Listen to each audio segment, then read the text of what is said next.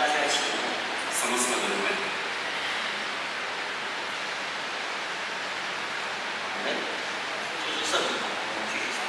Kita teruskan kuliah kita. 我们先看这一次需要解释的部分。 Dan sekarang kita akan lihat bahagian yang perlu dijelaskan. 先看名录。 Kita lihat isi kandungan. 我们刚才第2节有谈到从神的属性来去谈神观。 Dan tadi kita sudah pun membicarakan tentang konsep ketuhanan melalui sifat-sifat Tuhan. 然后呢，我们有谈到这个圣经的主题。 Kita juga membicarakan tentang tema di dalam Alkitab. 这一堂课呢，我们是继续的看介绍这个灵与灵智。 Sekarang kita akan terus mengkaji tentang kesatuan roh. 这个应该是第4页还是第5页？ Rasanya bukan surat 4 ataupun 5. 什么叫做灵与灵智？ Apakah itu kesatuan roh? 这个在解释神观灵与灵智这个解释很重要。 Memang sungguh penting bagi penjelasan tentang kesatuan roh. 所谓灵与的意志，就是在灵里面，父子圣灵是同位。 Dan di mana Bapa, Anak, dan Roh adalah seorang. 虽然好像是3个， Dan nampaknya ada 3 pihak. 各有各的位格， Dan setiap ada dia punya bentuknya sendiri. 只有父有位格，子有位格，圣有位格。 Maksudnya Bapa, Anak, dan Roh adalah yang tersendiri. 同一个空间能够分开的并存。 Tapi mereka boleh wujud bersama dalam ruang walaupun mereka dipisahkan. 给人感觉好像3个存在，3个分立， Dan nampaknya mereka dipisahkan dan wujud bersama. 但是它是同一个灵的形象。 Namun masih wujud dalam satu roh. 这就是独立神观我们所谈的另外一个重点。 Dan inilah satu bukti yang penting semasa membincangkan keesaan. 之前我们有谈到圣灵有不同的名称， Dan tadi kita semua membincangkan tentang berbagai jenis gelaran bagi roh, 耶和华的灵、 yaitu roh Tuhan, 神的灵、 roh Tuhan, roh Allah, 父的灵、 roh Bapa, 基督的灵、 roh Kristus, 耶稣的灵、 dan roh Yesus, 神儿子的灵。 dan juga roh anak Tuhan. 不同的称呼不意味着有很多不同的灵。 Walaupun ada banyak gelaran, tapi bukan bermaksud ada banyak roh. 既然是这样子， Memandangkan sedemikian, 那为什么有这么多称呼来去称呼这位神的灵呢？ mengapa kita memerlukan banyak gelaran untuk roh ini? 是为了告诉我们圣灵的工作的多元化。 Untuk memberitahu kita tentang banyak jenis daripada roh ini. 其实同一个灵， Ya, tetapi roh ini tetap satu. 就所谓的灵与灵智。 Dan inilah kesatuan roh. 所以我们不讲神是三位一体， Kita tidak membincangkan Tuhan itu Trinity. 因为三位就表3个合为一。 Kerana Trinity ini adalah penggabungan daripada 3 pihak. 但我们不否定圣灵在旧的期间，圣有位格，父有位格，子也有位格。 Tapi kita tidak menafikan bahwa Bapa, Anak, dan Roh ada yang tersendiri. 你不能用3个不同的形态来去形容他们的存在。 Kita tidak boleh menjelaskan mereka berdasarkan apakah bentuk mereka. 就有一些人用水蒸气、冰来形容神的3个形态的改变。 Ada orang yang menjelaskan ini perubahan Tuhan daripada air, wak, dan juga ais. 有没有听过？ Pernahkah kita dengarkan 听 ini? 过有人这样子解释神，对不对？ Dan ada orang yang menjelaskan Tuhan tentang ini. 阳光、 Cahaya matahari 光线、 dan juga sinaran matahari 热能， dan juga hawanya. 这3个来形容神的3个位格。 Dan ini untuk menjelaskan 3 jenis daripada Tuhan.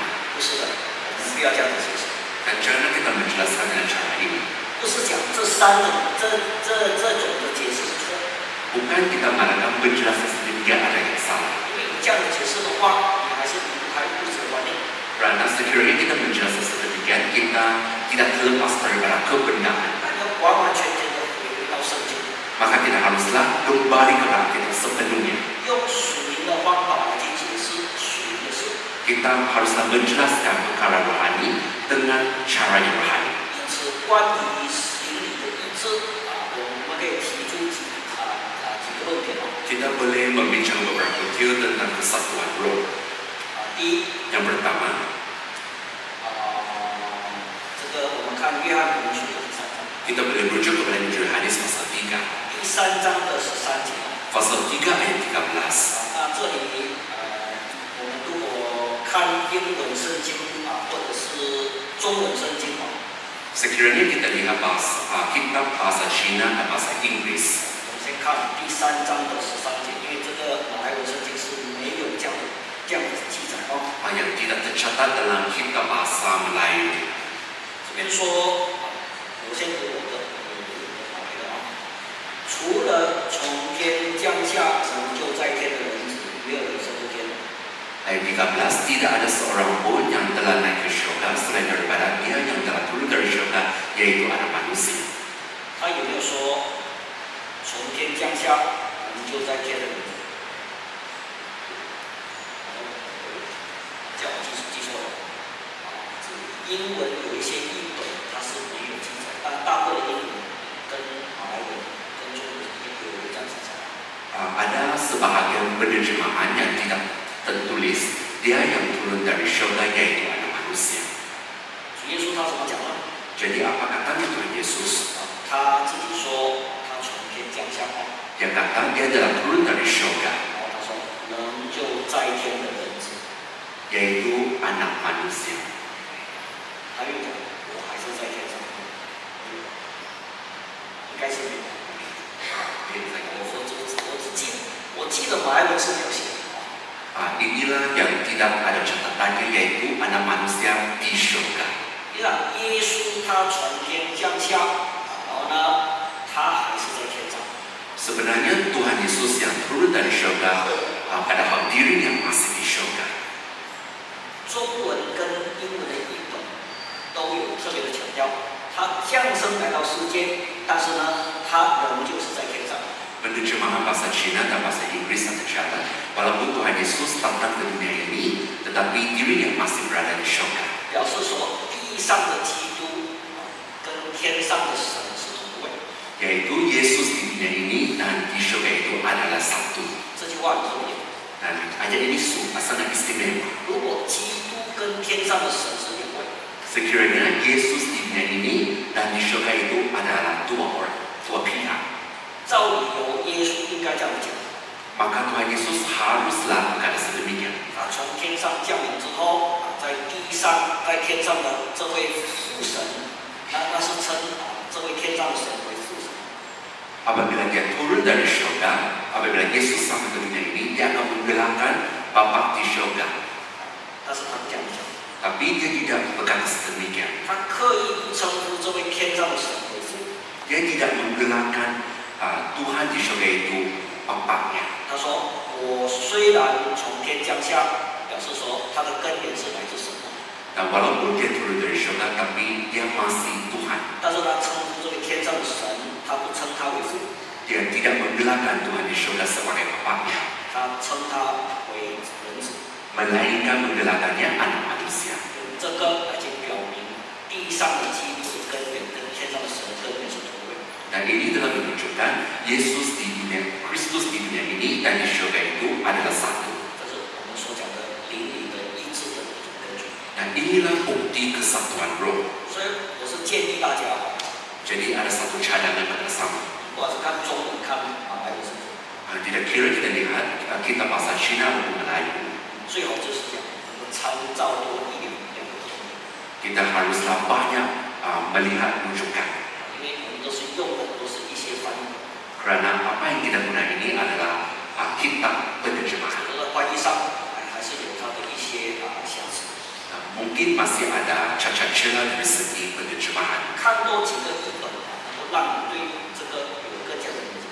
Dan kita banyak melihat banyak jenis penerjemahan untuk memahami berkat ini. 当然还有很多灵里的医治的根据，我们没有办法一一的来去引证，因为时间的关系。 Tak boleh oleh sebab faktor masa kita tidak dapat untuk memberi banyak bukti contohnya.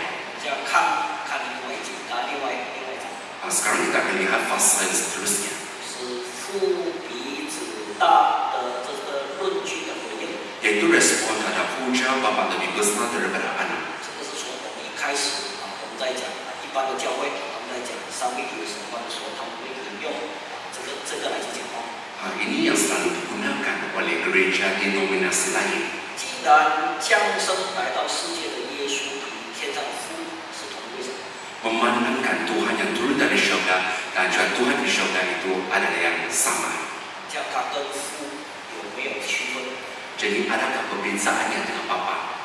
其实是有的。 Sebenarnya masih ada. 看这个约翰福音书的第14章。 Kita rujuk Yohanes pasal 14. 14章的28节， Pasal 14 ayat 28. 28节 Ayat 28. 的下半段， Kalimat bawah. 说父比我大，对吗？ Bapa lebih besar daripada aku. 对于耶稣这里所讲的父比我大，我们讲父跟子是同一位神，他为什么又讲父比我大呢？ Mengapakah Bapa masih lebih besar daripada aku? Apabila kita mengatakan Bapa dan anak adalah satu. 为什么耶稣降生来到世界？当他在世界谈到他跟父的关系的时候，他又说父比我大。 Mengapakah Tuhan Yesus yang datang ke dunia ini dia mengatakan Bapa lebih besar daripadanya? 这个好像跟刚才所看的约翰福音3章13节有矛盾。 Dan ini nampaknya ada percakapan dengan Yohanes pasal 3 ayat 13. 那边他明明讲，他降生来到世界，他还是在天上，他就是天上的这位神哦。 Karena bukankah Tuhan Yesus berkata walaupun dia turun dari syurga dia masih Tuhan di syurga. 为什么来到这边他又讲父比我大呢？ Mengapa Tuhan berkata Bapa lebih besar daripada dia pula? 因为他是站在他神的肉身来到这个世界之后，他是受肉体的限制在这个地方。 Oleh sebab Tuhan Yesus datang ke dunia ini dalam tubuh jasmani, dia telah dihadkan oleh tubuh jasmani. 他没有成为人降生来到世界之前， Dan sebelum dia turun dari syurga ke dunia ini, 他是神自己本身， dia adalah Tuhan sendiri. 是在灵里面有限制。 Maka dia tidak ada hak dari segi kerohanian. 既然承认人有肉身的限制， Memandangkan manusia ini ada hak tubuh jasmani. 因此耶稣在肉身的时候， Maka Tuhan Yesus dalam tubuh jasmani 福音书里面讲记载， dan buku-buku Injil seringkali dicatat. 耶稣面对试探， Dan Yesus berhadapi pencobaan. 圣经怎么讲？ Apakah yang dicatat di sini? 他肚子饿， Dia merasa lapar. 魔鬼来试探他， Maka si iblis datang mencobainya. 说你可以把石头变成食物， Kamu boleh menukarkan batu sebagai makanan. 这告诉我们什么？ Apakah yang disampaikan di sini? 耶稣成了肉身，他虽然是神， Walaupun Tuhan dia datang dalam tubuh jasmani, 但是呢，他也是100%的人， tapi dia masih ada haknya. 不吃他会肚子饿， Sekiranya tidak makan dia akan merasa lapar. 走路久了他需要休息， Maka dia perlu beristirahat selepas lama di berjalan. 他每天也要正常休息， Dia haruslah berehat seperti biasa, seperti orang biasa. 他被打会痛， Dia akan merasa sakit apabila dipukul 被钉十字架会流血， dan akan mengalirkan darah semasa diletakkan di atas kayu salib. 因为血有很多，他说我渴了， Oleh sebab darah yang dialirkan itu terlalu banyak, maka dia merasa tahap. 所以耶稣来到世界，他虽然是神， Walaupun Tuhan, tapi dia datang ke dunia ini. 在某个程度之下，他跟我们是一样的， Sebenarnya dia masih sama dengan kita hari ini. 因此他也有人的软弱， Kerana dia masih mempunyai kelemahan seperti manusia. 他也凡事受试探， Dan dia juga dicobai, 但是他没有犯罪。 hanya dia tidak berdosa. 他来到世界，他也是100%的人， Dan dia datang ke dunia ini mengambil rupa manusia. 因此父比我大，他是站在人的角度去看这个事情。 Maka dia berkata, Bapa lebih besar daripada aku. Dia mengatakannya dari sudut manusia. 但是他根源是跟神是一样的， Tapi pada asalnya dia sama seperti Tuhan. 是同个灵。 Adalah satu roh. 唯一不一样，当他来到世界，他是神道成的人。 Nah, hanya perbezaannya dia datang ke dunia ini dalam tubuh jasmani. 因此，在这个期间，这短短的30年当中， Maka dalam tempoh 30 tahun ini, 他有肉体的限制， dan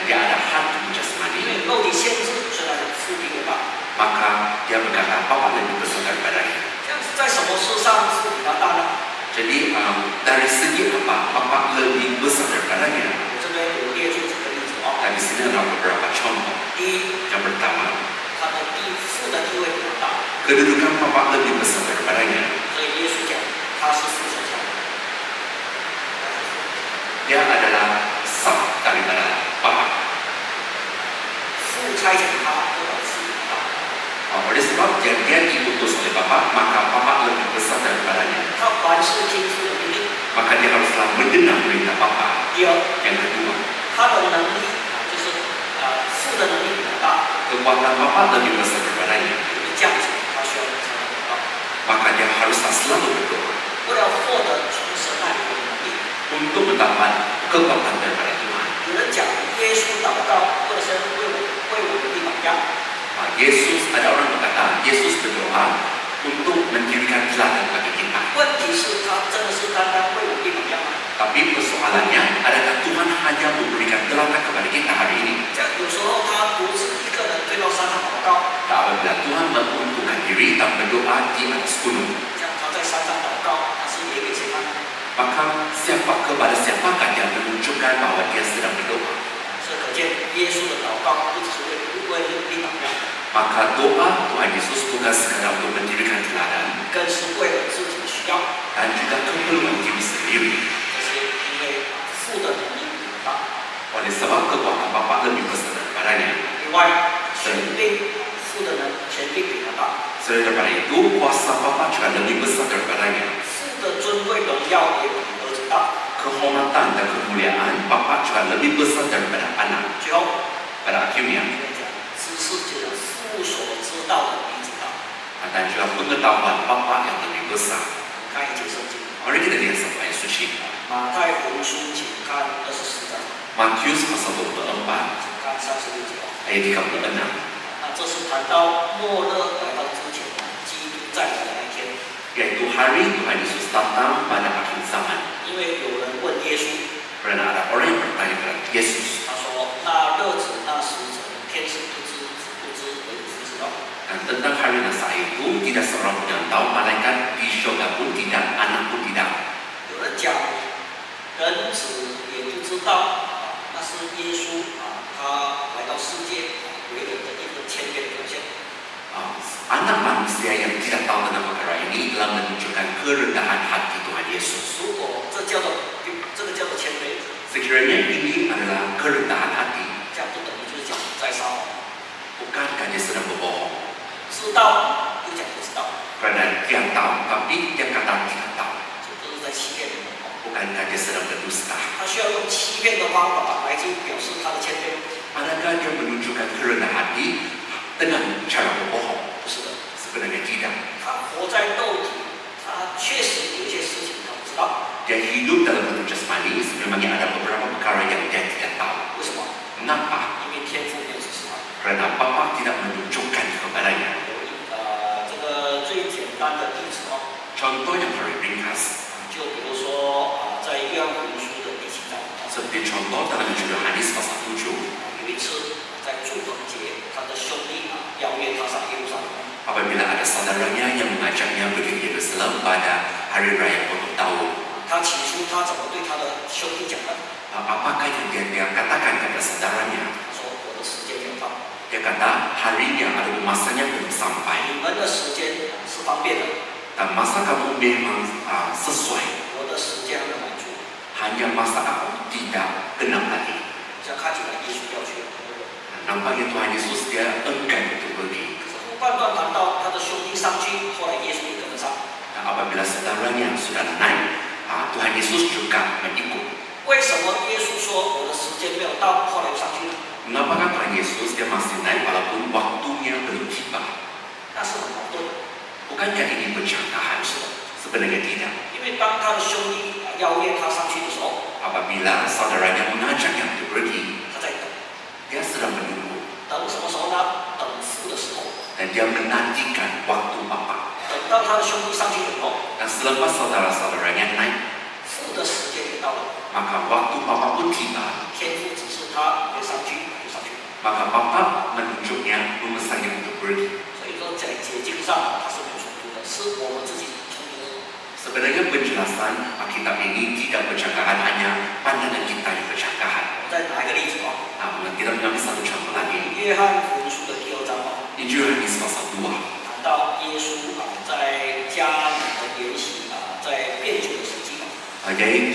tentang Tuhan telah menjalankan tanda mukjizat air menjadi anggur di perkawinan di Kana.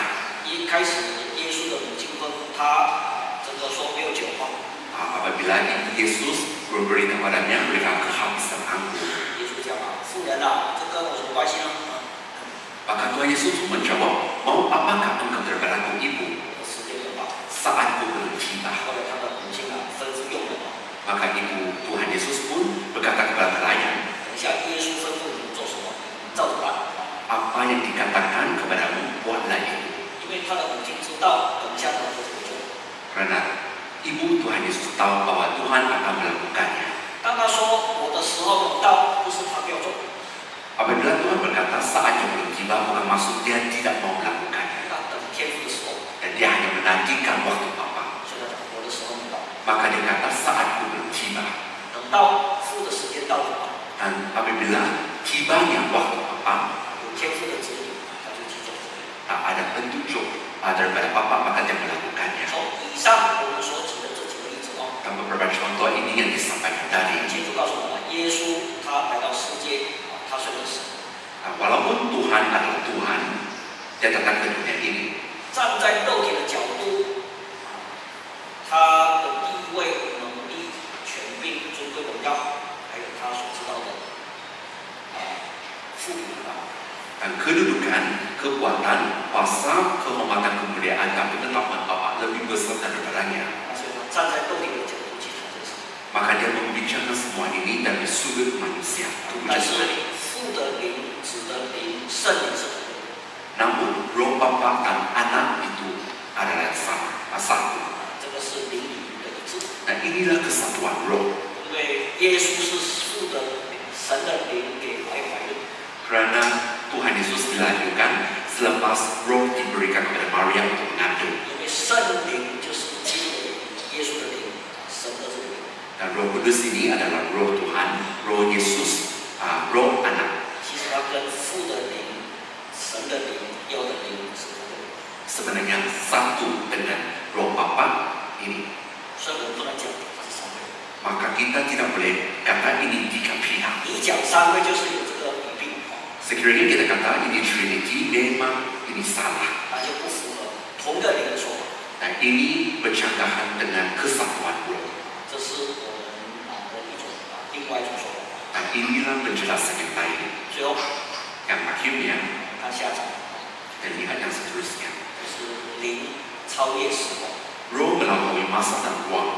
我们所拜的神，他是纯灵。 Dan Tuhan yang kita sembah itu adalah roh. 你在探讨神观的问题， Dan apabila kita mengkaji persoalan tentang konsep ketuhanan, 你必须要从超越时空去谈这个土味灵。 kita haruslah membincangkan roh dengan melampaui masa dan ruang. 这个是我们人比较难去理解的， Dan inilah pemahaman kita manusia. 因为我们是带着肉体， Kerana kita berada dalam tubuh jasmani, 活在肉体，活在时空跟时间与空间的底下。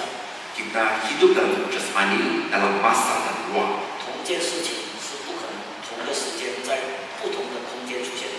Maka perkara yang sama ini tidak mungkin muncul dalam dua ruang yang berbeza. 就比如这样讲啊， Seperti contohnya, 我现在坐在这边呢，在讲课， dan kita sedang sampaikan kuliah di sini.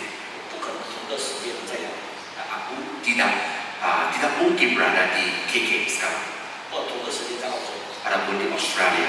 如果是同个时间，能够在不同的空间显现， Sekiranya boleh muncul dalam berbagai ruang dalam waktu masa yang sama, 像这个不是人， maka ini bukan orang, 是阿飘， ini hantu. 也不是说灵能够超越时空， Dan bukan katanya roh ini melampaui Tuhan. 只有神才有这样的能力。 Hanya Tuhan yang memiliki kekuatan 因 ini. 为我们所拜的神，他是全知全能全在， Kerana Tuhan kita sembah itu Maha Tahu, Maha Kuasa dan Maha Ada. 圣灵没有时空限制。 Dan Roh Kudus tidak ada had masa dan ruang. 我们应该从神学的这个课题，从这个灵超越时空来去谈这个事情。 Kita haruslah membincangkan perkara ini tentang roh yang melampaui masa dan ruang. 但是每当谈到这个事情的时候， Dan semasa kita membincangkan tentang roh, 一定会触及到一个问题， memang kita akan menyentuh satu persoalan. 议定论跟神的后果的问题。yaitu takjub dan penyesalan Tuhan. 什么叫一定论？ Apakah itu takdir? 人有时间有空间的限制，神没有。 Kerana manusia ada had, masa dan ruang, dan Tuhan tidak ada. 其实，在讲一定论，圣经虽然有一定论，有着一定这个字， Walaupun Alkitab ada takdir ini, 它是用人的观念要我们去了解神的情况。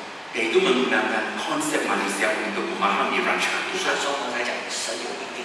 Maka Tuhan telah memberi takdir ini. 我们很常有人会问一个问题： Maka manusia akan mengajukan soalan ini. 当你在讲一定论的时候， Semasa kita membicarakan takdir, 人有没有可能会改变神的意愿？ adakah manusia itu mengubahkan ketetapan Tuhan? 因为以我们的观点来看， Sekiranya melihat konsep di diri kita, 我们人会经常改变， manusia seringkali akan berubah. 人有改变的可能。 Manusia ada kemungkinan untuk berubah. 这样神不改变。 Namun Tuhan tetap sama, tidak berubah. 他说，在他没有转变的理由。 Tidak ada kota untuk berubah. 当圣经经常告诉我们，神他会后悔。 Alkitab memberitahu kita bahwa Tuhan akan menyesal. 我比如说，神是全知事情还没发生之前，他老早已看见。 Bukankah Tuhan itu sudah pun tahu apa yang akan berlaku pada masa hadapan?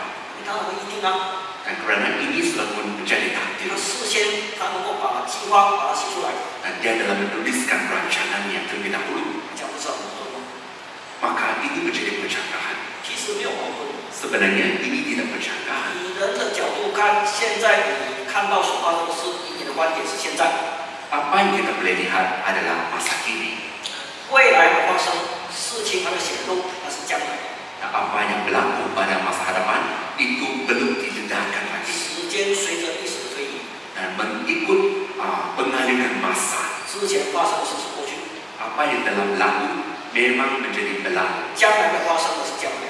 Maka apa yang bakal berlaku itu masa hadapan. 但是对神来讲没区别， Tapi ini tidak ada perbezaan bagi Tuhan. 因为神站在他的那边的角度看，他没有过去，没有将来，没有未来。 Karena bagi Tuhan tidak ada yang berlalu, tiada masa hadapan, tiada masa kini. 在他所看到的是有这样， Apa yang dia nampak itu masa sekarang. 因为以神的观点看，他没有时间的观念， Karena Tuhan tidak ada konsep masanya. 他看物质时间对他来讲没有意义。 Dan apabila dia melihat semua kebendaan ini memang tidak bermakna. 从我们这边看，时间向前不断推移的， Apabila kita melihat memang akan dipengaruhi oleh faktor masa. 时间推移到哪个点就发生什么事啊，就是我们所讲的现在。 Apabila masa ini sampai ke titik mana, inilah titik sekarang. 但是从神的角度看，神是从上面这样看， Tapi Tuhan dia meninjau dari sudut atas 不管过去、现在、将来，摆在他面前都是很清楚的。 dan tidak kira yang berlalu, sekarang ataupun akan masa hadapan memang semua sungguh jelas baginya 对神而言没有分别， dan tidak ada perbezaan bagi Tuhan 他活在我们现在， dan dia hidup pada masa ini. 时间对他来讲有意义， Masa ini tidak bermakna bagi Tuhan, 时间对人来有意义，时间对人来讲有意义， tetapi memang bermakna bagi manusia 因为你活在时间之下。 kerana kita hidup di dalam masa. 我昨天做什么，今天做什么，将来做什么， Kita buat benda ini pada hari kemarin, hari ini dan hari esok dan sebagainya. 对人来讲有意义， Dan memang sungguh bermakna bagi manusia. 对神来看，他看时空有意义， Tapi Tuhan hanya melihat waktu masa ini tidak bermakna. 因为他超越时空，神活在永远现在， Kerana Tuhan dalam melampaui masa dan ruang 他的灵充满宇宙， dan roh yang memenuhi seluruh alam semesta 这 ini. 样他怎么可能会被时间限制？ Maka tidak akan dihadang oleh masa. 因此，在探讨这个课题的时候， Apabila kita membincangkan perkara ini 你就不能够用人的后悔去谈什么。 dan kita tidak boleh membincangkan penyesalan Tuhan dengan penyesalan manusia. 圣经给他谈到神后悔， Alkitab tercatat tentang penyesalan Tuhan. 所以人改变，神跟人改变。 Oleh sebab perubahan manusia, maka Tuhan turut berubah. 尼尼微城罪恶滔天， Oleh sebab dosa Niniwi sungguh berat. 神本要毁灭， Sebenarnya Tuhan ingin membinasakan mereka. 后来人改变，神就后悔，神就不悔。 Oleh sebab ada perubahan manusia, maka Tuhan menjadi menyesal. 一座城本来是神祝福的， Dan sebuah kota yang diberkati Tuhan pada asalnya. 后来人离开神， Dan mereka meninggalkan. 现在很后悔，不再祝福给他，降灾祸给他。 Maka Tuhan dalam menyesal tidak dan mencurahkan malapetaka kepada 所以 mereka. 神的后悔是因为人的改变，他更改变。 Jadi penyesalan Tuhan berubah oleh sebab penyesalan manusia. 如果人改变，神不改变， Sekiranya manusia sudah berubah, tapi Tuhan tidak berubah. 这样他怎么去显示出他是公义又是爱的神？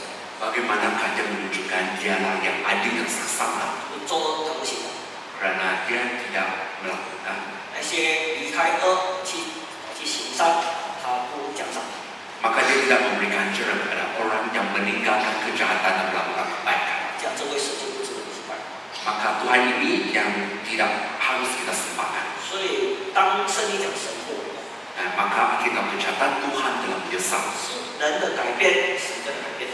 Oleh sebab ada perubahan manusia, maka Tuhan juga berubah. 但是有一样的是，他的计划不改变。 Tapi ada satu perkara di mana rancangannya tetap sama. 可是人在还没有变之前，他早有知道， Dan sebenarnya Tuhan memang tahu tentang sebelum manusia berubah. 因为他预先知道，他就不必改变他的预先的计划。 Nah, oleh sebab Tuhan memang tahu, maka dia tidak perlu untuk mengubahkan rencana. 因此，当在有神的后悔，我们不能用人的后悔去想这个问题。 Maka kita tidak boleh menggunakan penyesalan manusia untuk merenungkan perkara ini. 人的后悔是因为过去我做了一个错误的决定，所以后悔。 Dan penyesalan manusia berpunca daripada kesilapan manusia yang telah berlaku. 因为我们人有受死，然后是我们的能力有限， Kerana manusia kita ada kekuatan yang hak. 所以当我们在讲后悔那是我们的观念。 Nah, apabila kita membincangkan penyesalan, inilah konsep kita. 神有限量， Tapi Tuhan tidak memerlukannya. 他无所不知， Dan dia maha tahu. 没有一件事情他不知道， Dan dia memang tahu tentang semua perkara. 所以神不后悔， Maka Tuhan tidak menyesal. 他不需要改变计划， Dan dia tidak perlu mengubahkan rencananya. 因为他知道未来，他也知道未来会发生什么事。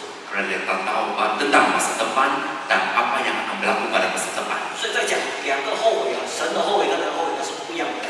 Maka penyesalan Tuhan memang berbeza dengan penyesalan manusia. 但是当你在时空之下来看这个事情的时候， Apabila kita melihat perkara ini dalam masa dan waktu, 神常常改变， kita anggap Tuhan seringkali berubah. 神常常后悔啊， Adakah Tuhan seringkali menyesal? 因为神是慈爱，是公义。 Kerana Tuhan itu pengasih dan adil. 他会因为人的改变，他调整他对人的态度。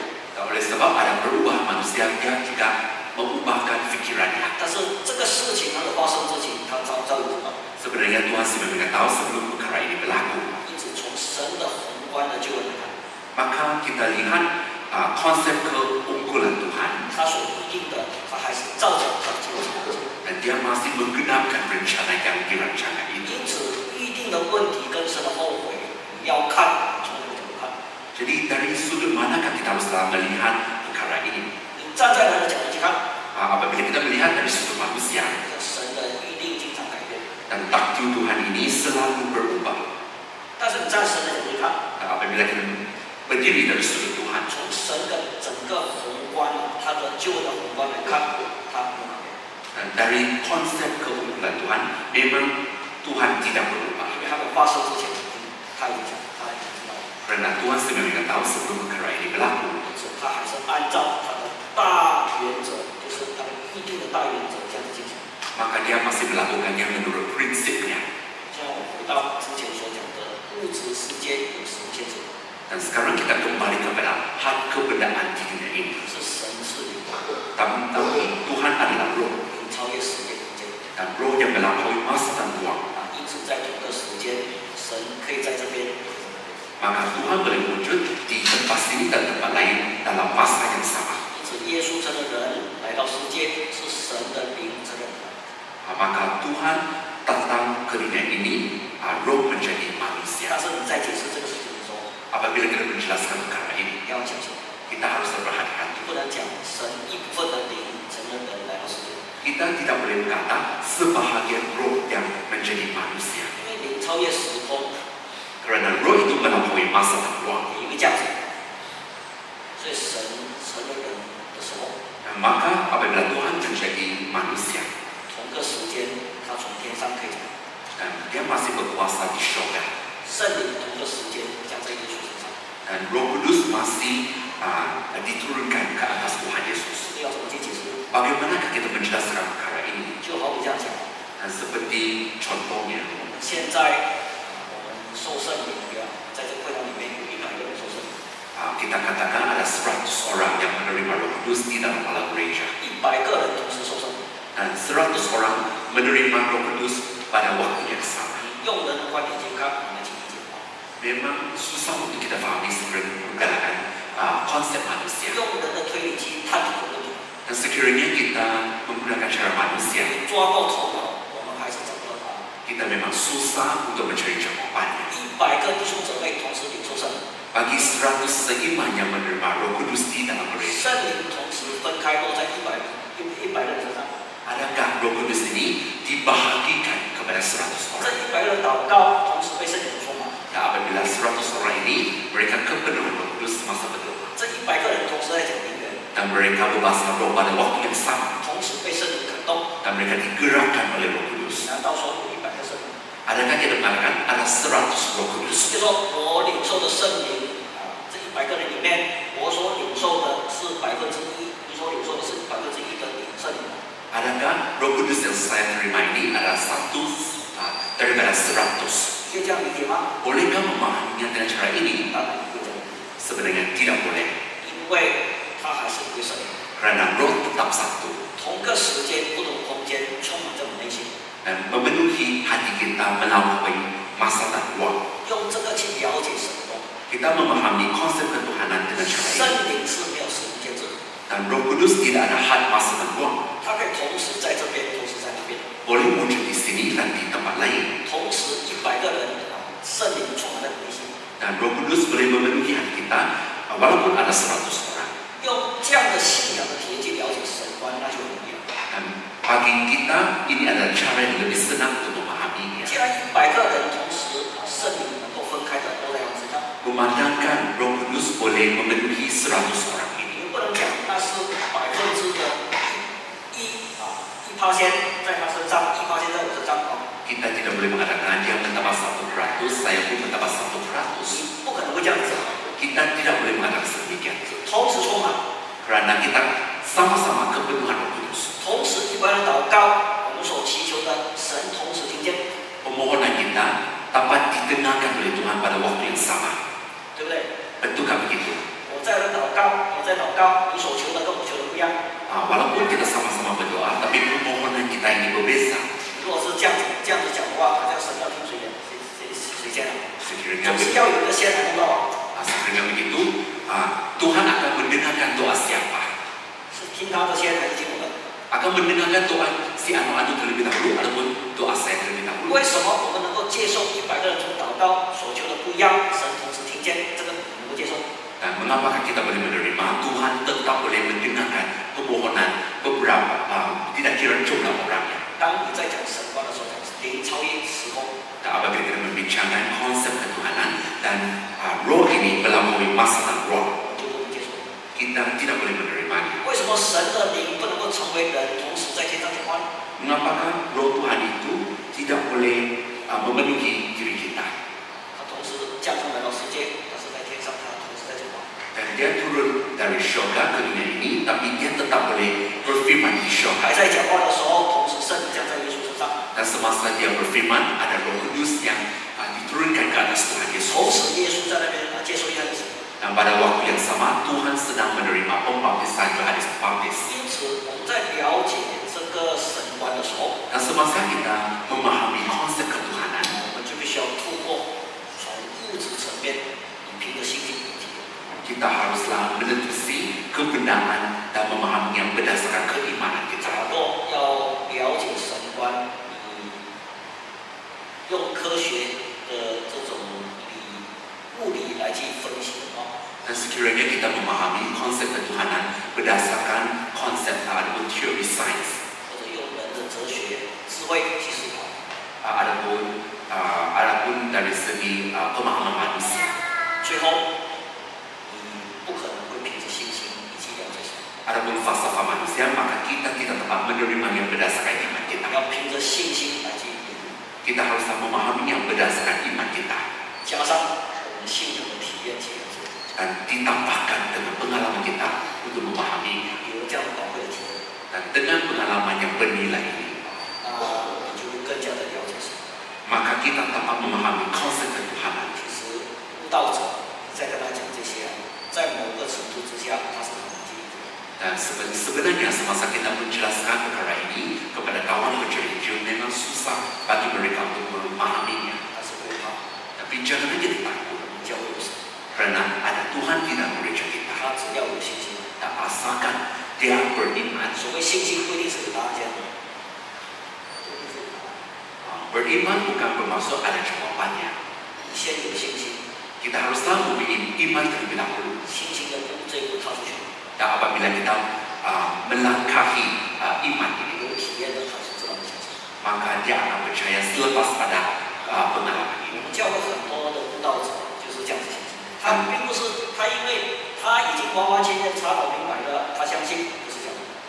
Ramai kawan pencari Injil memang datang percaya Tuhan dengan cara ini. 是信心加上他有了体验，他是很有信心。 Dan iman ditambahkan dengan pengalaman, barulah dia 可 percaya. 是我们带领悟道者是这样的， Dan itulah cara kita memimpin kawan pencari Injil. 认真的想想，凭你的口才，你能带领他吗？不可能。 Dan adakah kita mampu untuk memimpin mereka berdasarkan bakat kita? 真的是有些悟道者感觉到心很硬， Pada asalnya hati kawan pencari Injil kita sungguh keras. 一直讲不通的， Dan memang susah untuk membujuk 因为 mereka. 他比你更有口才啊， Kerana ini berdasarkan bakat kita berbicara. 他的论述更强啊。 Mungkin dari segi pandangan mereka itu lebih kuat daripada kita. 但是你要像这个腓力邀请他来讲， Jadi kita harus mencontohi Filipus. 你来看， Kamu datang tengok. 你来体验。 Kamu datang untuk mengalaminya. 有一些东西啊，他的信仰的一些疑难啊，他得了圣灵之后，他自然就说， Sebenarnya semua persoalan keimanan itu semuanya dapat diselesaikan. 这就是我们所讲的信仰是活的， Inilah iman kepercayaan yang hidup. 你不一定能够要用什么高远大智跟他讲，让他信是活着。 Bukannya kita menjelaskannya dan membujuknya dengan bakat diri kita. 有体验，他自然就会相信。 Dan apabila dia mendapat pengalaman, barulah kita tak percaya. 我记得有个弟兄，再给我一点点时间，因为12点结束了嘛，是吗？10点结束这个联谊会。